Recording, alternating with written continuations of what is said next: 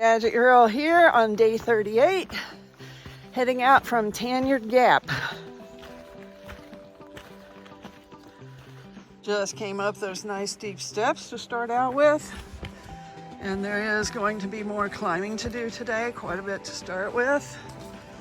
We've got some really pretty wild irises right here to start with too. Starting out right about noon. It's still a little misty on the top of the mountains from all the rain. The rain has stopped though, which is good. Gotta keep climbing. Your wild irises are truly just everywhere today. I know I can't take pictures of all of them, but they are so gorgeous. I love that purple.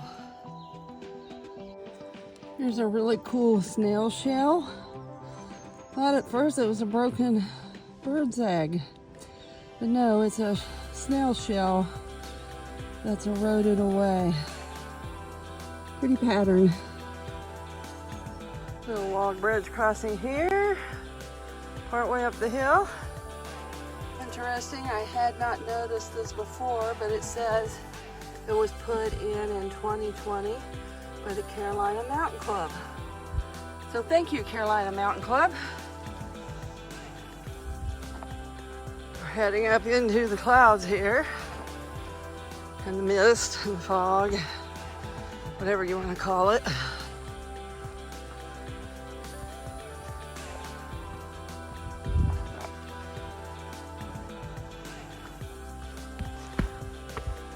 Whoops, just about had a root get me there. Guess I better pay attention to where I'm walking. We're about 1.4 miles up from Tanyard Gap. There's a good flowing little spring. It's piped. Time for some rhododendron tunnels in the foggy mist.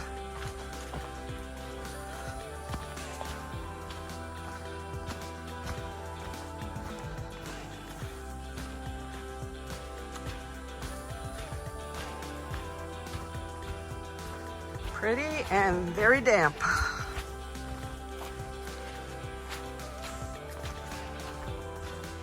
We are at the intersection of Rich Mountain Fire Tower Trail and the Appalachian Trail. I have made it up the mountain and now headed down the other side. Got a tree here that looks like maybe it was hit by lightning or something, or somebody tried to set it on fire. It's kind of breezy here, so where I was sweating going up the mountain from exertion, it's a little bit chilly, but not too bad. It'll probably settle down here in a little bit. And not much to see, still misty and foggy. Few other down trees that are burned here, and the vegetation here is kind of burned, so I'm guessing they actually did a prescribed burn right here.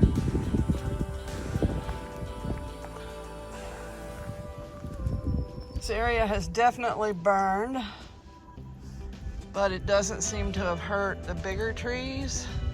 So again, I'm guessing it was a prescribed burn that they kept under control. I have made it to Hurricane Gap.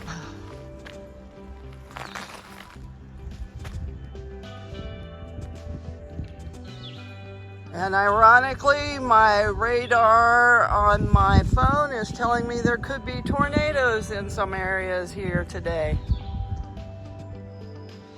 There are notices here that bears are taking food bags on the AT in this area. So be careful with your food bag. Not quite 4 miles into today's hike, getting some partial views. And the wind is definitely picking up.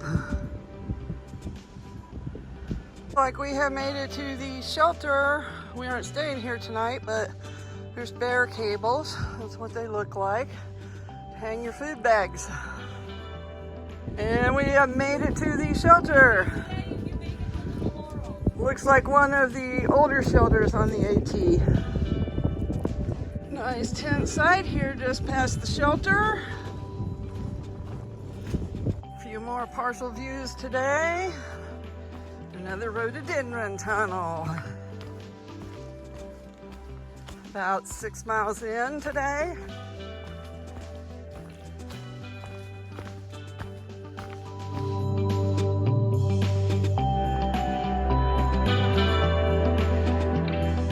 Yep, 2¼ miles that way. I am almost to Allen Gap, and there is a little tiny tent site right here, really close to the road, but if you needed to camp, there would be a spot to camp there. Actually looks like you could maybe have more than one spot. Camp over in this area too. Guess the trail goes this way. All right, I have made it to Allen Gap, which is pretty much nothing but a road crossing. Means I've come 8.9 miles, or 8.9 miles since we started today. Got another 1.1 to go. Get across the highway here.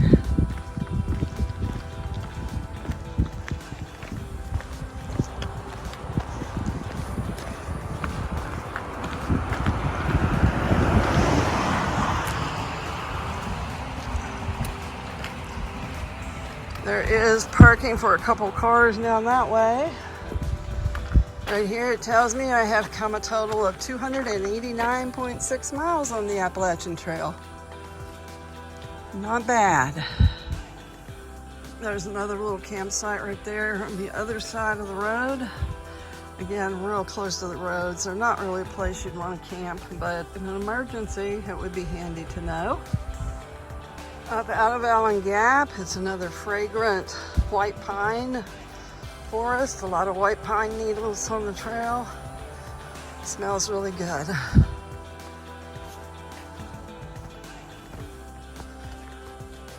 And of course, it's an uphill. And we have made it to Log Cabin Lane. And there is trail magic that way. Homemade cookie, filtered water, and a trash can by the Southern Cookie Lady. Trail magic. We are at the Southern Cookie Lady's place. What a pretty little place here. She has cookies set up here.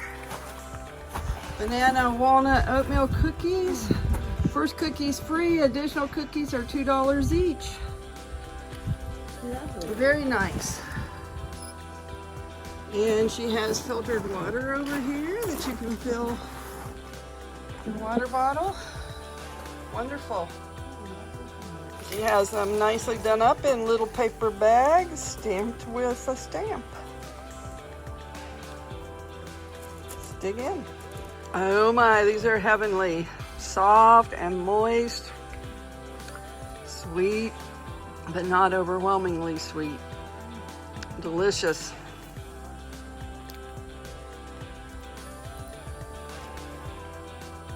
Yum.